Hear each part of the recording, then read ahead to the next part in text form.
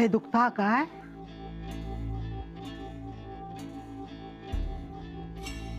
काय लागला होता काल?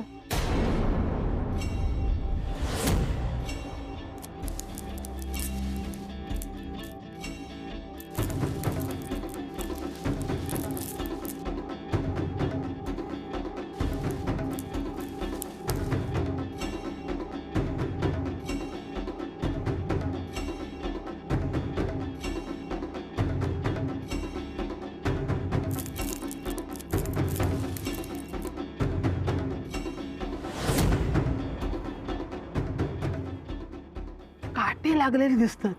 अहो, चप्पल होती ना पायात. चप्पल काढून अनवाणीत चालत होतास. बस तेल चोळला ना की बरा वाटत. हा होईत बरा.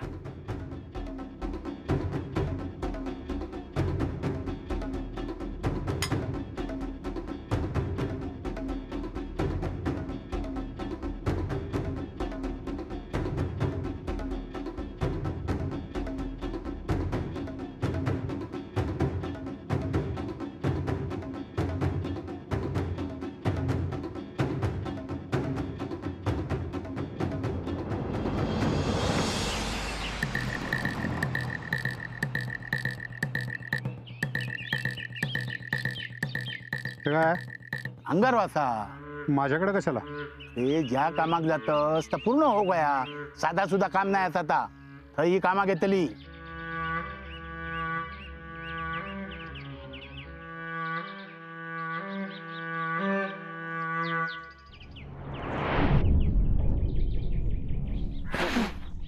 अरे ह्या काय करतस?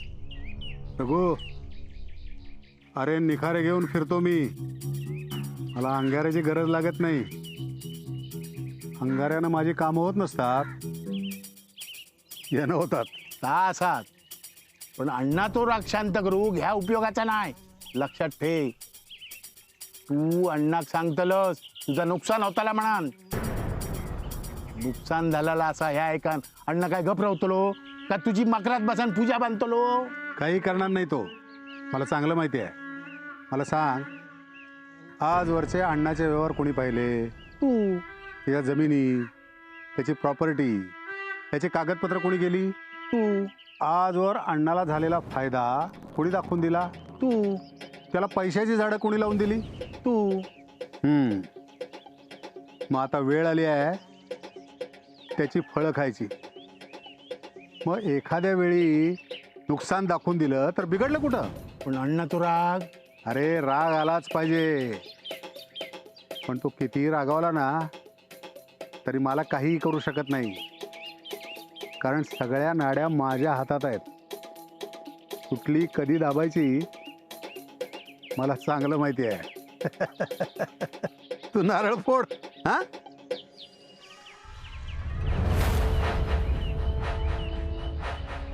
हे माधवा, अरे थांब ना. ए अरे आता आता पळून नाही जमत रे. अरे तुझा वय काय आणि माझा वय काय? काय मग कसं वाटतंय? अरे काय कसं वाटतं? बघतोस ना माझ्याकडे. अरे तुम्ही गावातल्या लोकांनी असं बोलून कसं चालेल?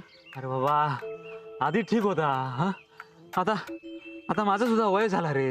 हो, अरे थांब, मी काय म्हणतोय ते ऐक तरी. हा तुझं सगळं म्हणणं मी ऐकलेलं आहे. अरे मग पळतस किती आख? हा त्या पाटणकर बाई बोलत होत तू का? चल त्यांच्याकडे. कसलं विचार करतोस आता? हे बघ, माझं त्यांच्याकडे काही एक काम नाही आणि त्यांचं माझ्याकडे काही काम असण्याचं कारण मला दिसत नाही.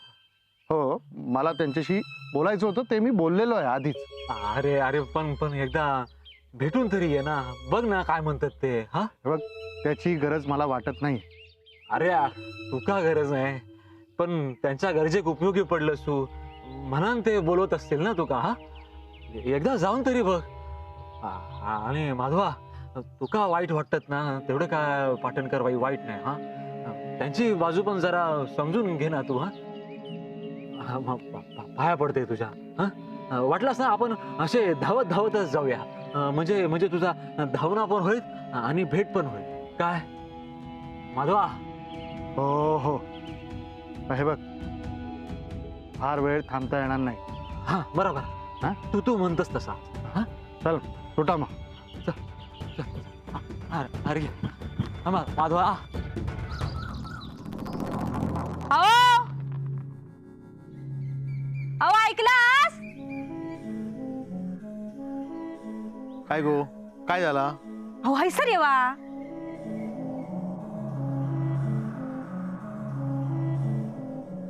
काय झाला? अहो एवढं हंड भरून देवा ना.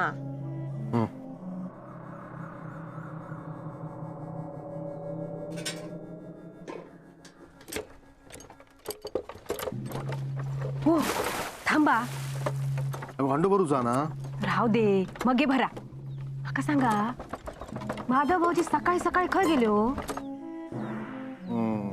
कळला माका. अंडो भरूचा आहे निमित्ताना फक्त. काहीतरीच काय थंड तर भरा. तुम्ही डोका चालवा ना आधी. का सांगा माधव भाऊजी सकाळी सकाळी पाटणकर बाईकडे चाय पिऊत नाही ना गेले? हो धावूक गेलो हातो. हो सकाळीच. थांब, आता इरोकी त्याला सांगतंय रात्रीचं जा म्हणून. सरिता, तुझ्या मनात जर काय चालला ना तर काढून टाक. माझ्या मनातला काढतोय, पण तुमच्या भावाक पण सुधरूक सांगा ना जरा. बघतास काय, भरा ना हंडो.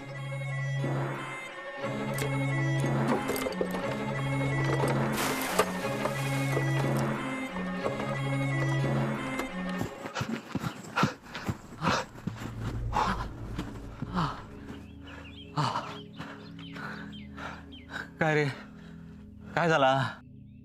सोंट्या, मला त्यांच्या घरी जायची अजिबात इच्छा नाहीये. अरे बाबा, आता इथपर्यंत येईलच. हा आता शेपूट रवला आणि असं करणार तू? हे बघ, मला जे काही बोलायचं होतं ना ते मी आधीच बोलून झालेलं आहे. अरे पण त्यांका काहीतरी बोलूच असात तर ऐकून तरी घे. या बघ माधवा, तुका जा काय पाटणकर बाईंबद्दल वाटता ना तसं काही नाही. अरे हा, अरे प्रत्येक नाण्याक दोन बाजू असतात. त्यांची दुसरी बाजू ऐकून घेण्याचा प्रयत्न तरी कर. म्हणून सांगते तुका, एकदा येऊन पाटणकर बाईंका भेट तरी. चल चल चल चल.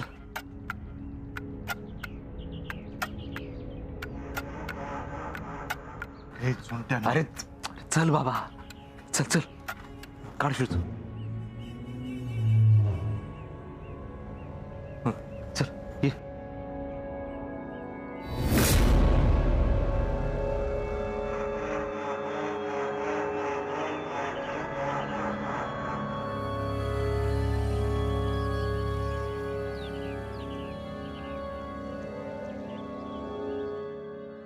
पाटणकर बायनू, हो पाटणकर बायनू, हो बघा तरी कोण येईल आता.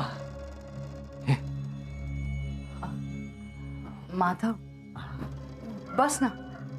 नाही नको. आलेच मी. बस.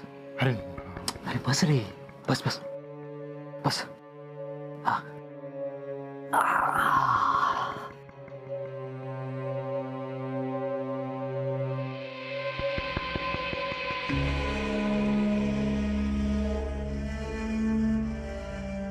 चोंट्या, काल ते दळण दिलंय ना ते जरा घेऊन येशील? अहो पण कालच्यात तर तुम्ही काय. असं काय करतोयस? जर्मनचा डबा दिला होता. हा हा आठवला आठवला, घेऊन येते मी, घेऊन येते. सोंट्या, माधवा तू बस, तू चाय खा. इल इल मी लगेच इल. हा इल.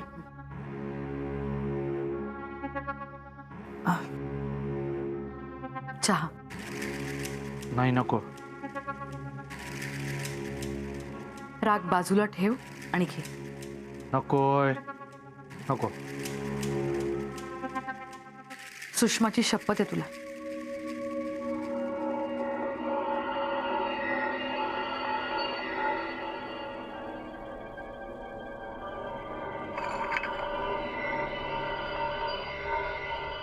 माधव, त्या दिवशी तू अचानक आलास, आम्हाला मदत केलीस.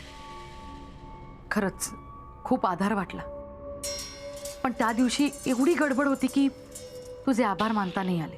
माझे आभार मानायची गरज नाही. माझ्या जागी दुसरी कुठलीही व्यक्ती असती तरी तिने देखील हेच केलं असतं. पण त्या जागी दुसरं कुणीही नव्हतं, तूच होतास. आणि हे मी आणि सुषमा कधीही विसरू शकत नाही. आणि इथे प्रत्येक जण आपल्या स्वार्थासाठी आपल्याशी बोलण्याचा प्रयत्न करत असताना तुझ्यासारखी व्यक्ती भेटणं म्हणजे साक्षात देव भेटण्यासारखं. हे बघा, मी देव वगैरे कोणीही नाही. मी जे काही केलं ना ते त्या लहान मुलीसाठी केलं. पण मग ती बरी झाल्यावरती तू आला नसतास. मी तिला शाळेत सोडायला जाणार आहे असा शब्द दिला होता. शब्द मोडूही शकला असतास तू. माझा शब्द मला मोडलेला आवडत नाही. कोणासाठी शब्द मोडला नाहीस? माझ्या मुलीसाठी. तुमची मुलगी माझीही बहीण लागते.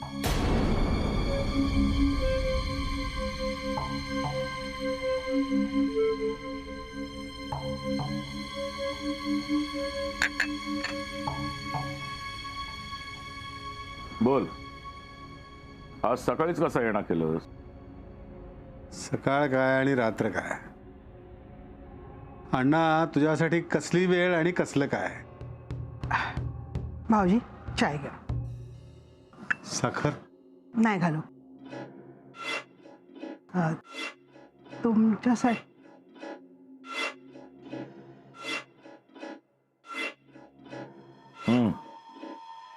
मुद्द्याचं बोल.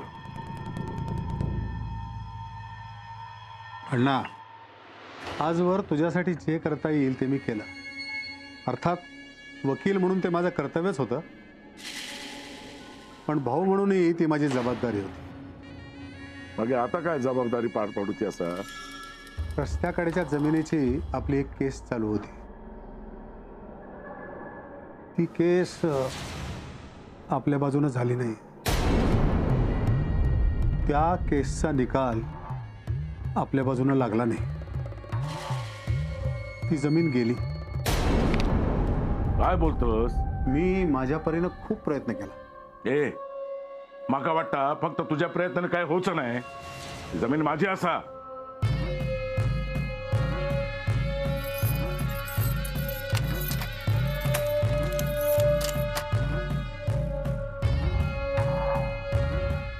घे पुरे अजून हे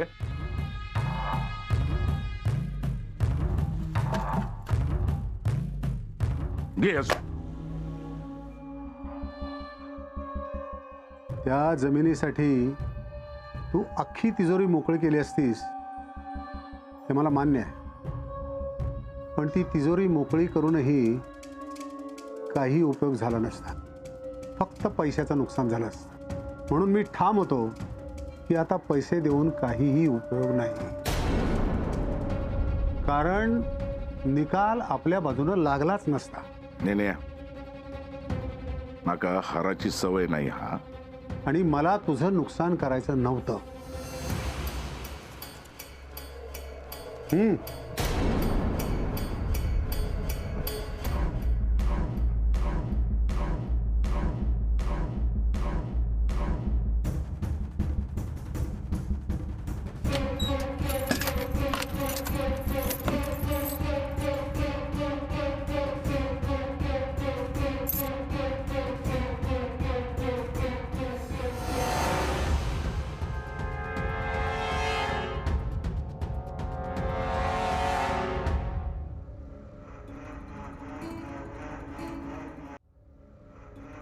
येतो मी. मला बोलायचं होतं. तुम्ही माझे आभार मानलेत ते मी स्वीकारले नाही. आता आणखीन काय बोलायचं शिल्लक आहे? मला माहिती आहे तुझ्या मनात माझ्याविषयी खूप गैरसमज आहे. एक मिनिट. गैरसमज? मी जे या घरी पाहिलं तो गैरसमज होता? मी स्वतःच्या कानाने जे ऐकलं तो गैरसमज होता? तू जे पाहिलंस, जे ऐकलंस त्यात काही खोटं नाहीये. पण हे सगळं का आहे? कारण मी माझ्या नकळतपणे या जाळ्यात ओढले गेले, अण्णांच्या रूपावर भाळले आणि अधिकच अडकत गेले. इतकी की माझे दोन्ही पाय रुतत गेले या दलदलीत. बाहेर पडण्याचा खूप प्रयत्न करते, पण मार्ग सापडत नाही, अधिकच गुंतत जातीये. पण तुम्ही इथून गेल्याशिवाय यातून सुटका नाही हेही तितकंच खरंय. मी हात जोडतो, तुम्ही इथून जा. सुषमासाठी तरी जा. कुठे जाऊ मी? आणि तू अण्णांना ओळखतोस ना, माझ्यापेक्षा अधिकच. तुला वाटतं ते मला या गावातून जाऊ देतील? आणि जरी मी गेले तरी शोधून आणतील ते मला इथे, आणि त्यानंतर काय करतील ना याचा अंदाज तूही बांधू शकतोस. काहीही होणार नाही. तुम्ही फक्त इथून माझ्यासोबत मुंबईला चला. काय? हो, तुम्ही माझ्यासोबत मुंबईला चला. बाकी सगळी व्यवस्था मी करतो. अरे पण तू हे सगळं का करतोयस? कारण मी माझ्या आईला मुंबईला नेऊ शकत नाही म्हणून तुम्हाला सांगतोय. तिचा नवरा मग तो कसाही असला तरी ती त्याला सोडून येणार नाही. तिला कितीही त्रास असला तरी ती तिचा संसार सोडणार नाही. म्हणून म्हणून हे सगळं मी तुम्हाला सांगतोय. हो हो, माझा यात स्वार्थ आहे. आता मला माझ्या आईचा त्रास बघवत नाही.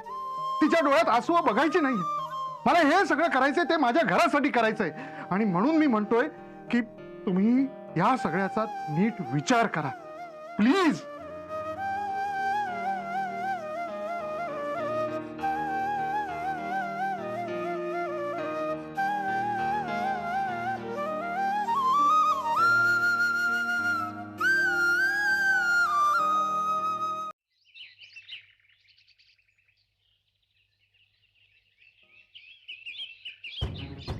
रघु काका, काय रे निल्या? आजचा वायदा होता ना? हा हा हा, अरे काढूनच ठेवलंय. हे घे, मागच्या महिन्याची सगळी उधारी फिटली. आता ये तू. बरं येत आहे. रघु, झालं, अण्णाचं नुकसान झालं. अरे ता होतालाच होता. अण्णाचा काय झाला तर सांग. अरे वाघच तो, शेवटी डरकाळी फोडणारच. पण वाघाचं तोंड कसं बंद करायचं हे मला चांगलं माहिती आहे.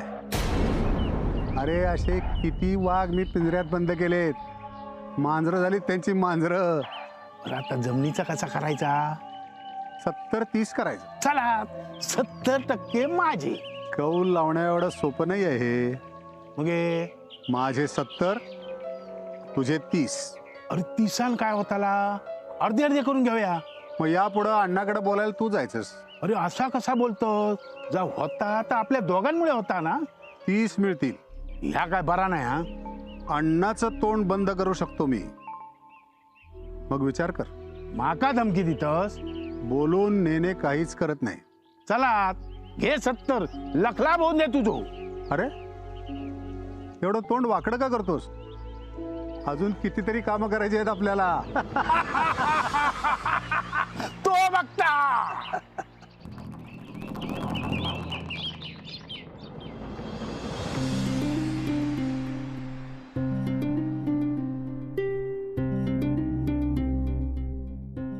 जीव ओवाळून टाकले तुझ्यावर. सहजासहजी तुका मरूक देणार नाही.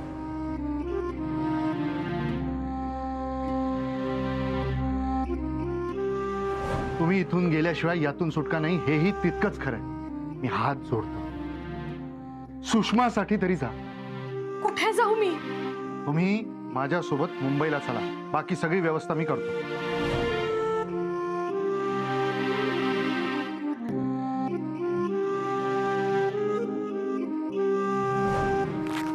मी सुषमाला भेटायला गेले होते. सांगून जाऊची काही पद्धत असता की नाही? तुम्हाला काय वाटलं मी हे गाव सोडून गेले? गेलंस तर हाताक धरून परतानी. या गावात इलस तुझ्या भावाच्या मर्जीन, पण जाशील माझ्या मर्जीन.